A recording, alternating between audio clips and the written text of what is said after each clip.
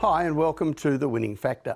I'm Alan Aitken, and on this show each week we take a look at some upcoming races in Hong Kong and try to isolate an aspect of the race that we might see as the path to finding the winner.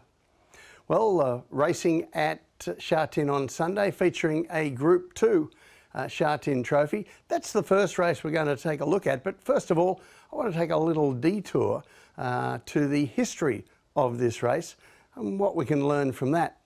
So this is often a kick-off point in the season for some of our best horses in Hong Kong as they resume from their summer break, and perhaps as a consequence of that was for a long time a race that should have carried a warning label as a graveyard for some of the top horses. You see there on the table Gold Fun won as the favourite in 2013, but this list only takes in the last 20 years. In fact, the previous favourite to win the race before Gold Fun was in 1990, 23 years earlier.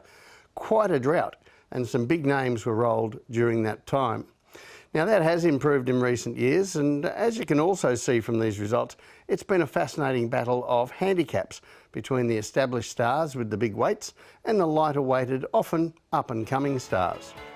So to Sunday's race, and although there will be some fans for Beauty Joy and the very lightly weighted Circuit Stella and Straight Aaron, I think most punters will see this as a classic battle. Last year's winner of this race and Hong Kong Mile winner California Spangle, opposed to the serious up-and-comer in the Mile division, Beauty Eternal. Now neither horse has raced this season yet, so it's back to June where we can have a look at Beauty Eternal's most recent win. This is race 763 last season. He's in gate 1 in the black, white and pink, and Beauty Eternal begins well, but Purton has no intention of being boxed in on the odds-on favourite. He lets the leaders go, then comes off the rail. Now, I want to highlight that 1200 metre, 800 metre section in the dark blue on the heat map. Now, that was some 8 lengths slower than average. That's exceptionally slow, and the kind of a split in a race that brings the better horses back to the lesser ones at the finish. In the fearsome sprint down the final 400 metres, Beauty Eternal does take a while to get to Healthy Happy.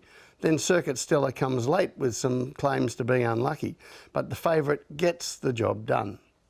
And that's something that Beauty Eternal has been very good at, getting the job done, although I'm sure that plenty of viewers will see that as making hard work of it when you're odds-on favourite. For California Spangle, I'm going to go back 2 runs. This is in the Group 2 Chairman's Trophy in April.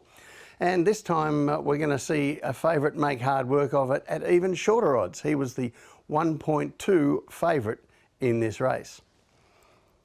He's in gate 2, yellow and red colours, and brilliantly away as usual. But California Spangle finds Healthy Happy, comes up to head him off, and Purton lets him go. Now the sections here were not too slow, they were just even, but this is where perhaps trainer Tony Cruz would argue the conservative tactics are against California Spangle.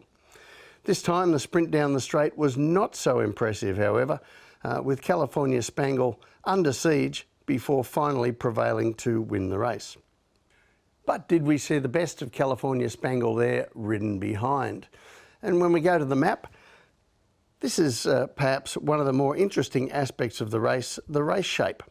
Now, Tony Cruz has swapped Zach Purton now for Hugh Bowman on California Spangle, and it's fair to say that Cruz and Purton had their share of, let's call them creative differences with the way this horse should be ridden.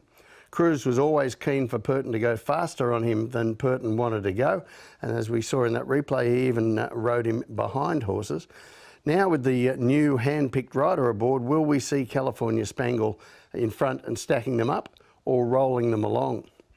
He has the outside gate here, but is a brilliant beginner, and I don't think his stablemate Circuit Stella will be looking to hold him out, while Purton's mount Beauty Eternal looks nailed on for the box seat directly behind the leader. There's no real pressure on the leader, but perhaps Cruz gets his way this time and the speed is still not slow. So plenty of tactics at play here, but for me the tip in race 7 is Beauty Eternal, and his winning factor is the weights. We saw in those results how often the up-and-comers with the lighter weights were able to win this race. against the established stars, and that's Beauty Eternal. He's getting £12 in the handicaps off California Spangle here, and if he can't beat him on this occasion, then perhaps his aspirations to be our top miler are pretty much in tatters.